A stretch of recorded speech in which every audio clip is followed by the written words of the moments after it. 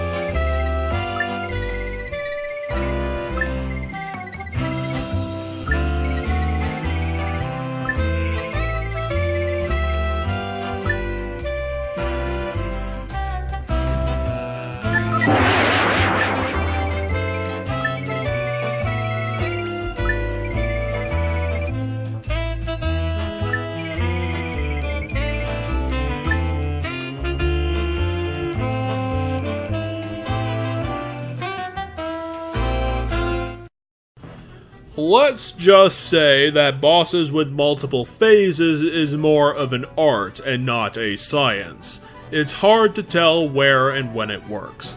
I'd say the first thing to learn about multiple phase bosses is that the phase count should probably never be above 4. You have to decide at what point it becomes exciting to when it becomes a chore and a hassle. Bowser from Sticker Star went over that line and set up his kiosk on the other side. I'm going to speculate that people generally don't like bosses with 5 stages. Honestly, 3 is pretty much pushing it if you have 3 fully fleshed parts and not one that's a joke or essentially a cutscene. Bowser here is a full-fledged 5-stage final boss. 5 stages! That's unprecedented in the entire series.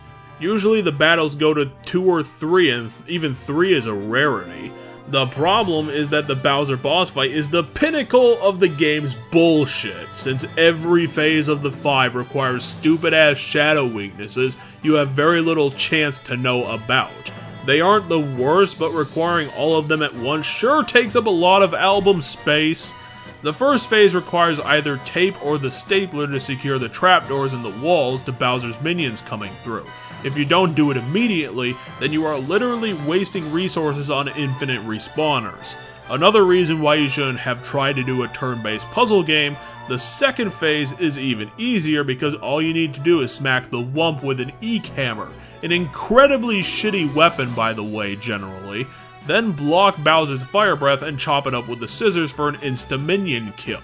The third phase requires either the shaved ice or the fridge sticker to freeze the lava solid, otherwise you get hit for 15 damage every turn.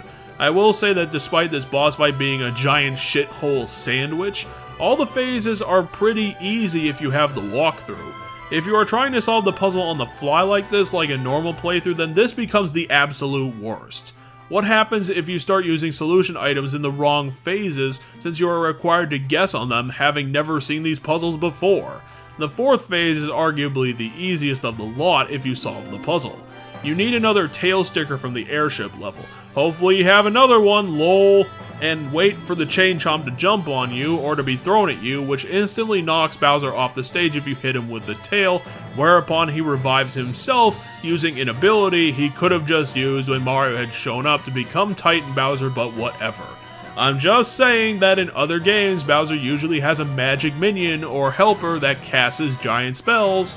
After a couple turns of the boss being invincible, Kirsty performs the ultimate sacrifice by becoming a sticker and transferring her powers to you, giving you 5 stickers a turn and upping your power up a bit. Because what better way to make a card combat sort of game than by quadrupling your use of cards in a game with finite cards?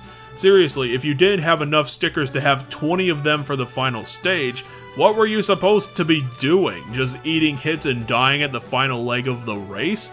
It's pretty unlikely, but still. Did Intelligent put in a contingency for Mario if he ran out of battle resources? Anyway, it's a pretty pathetic way to finish off the boss because all you have to do is just attack him over and over and over again. Not with anything creative since you ran out of all your stickers by now, just with anything. The sink, a chair, the fan, a cat statue, who cares? It's over and thank Christ for that. Mario gets the last royal sticker, frees Peach, and wishes everything back to normal. This game was really annoying, and this boss was the final bullshit cherry on a long and brown milkshake of baffling design and concentrated stupidity. Good night, everybody.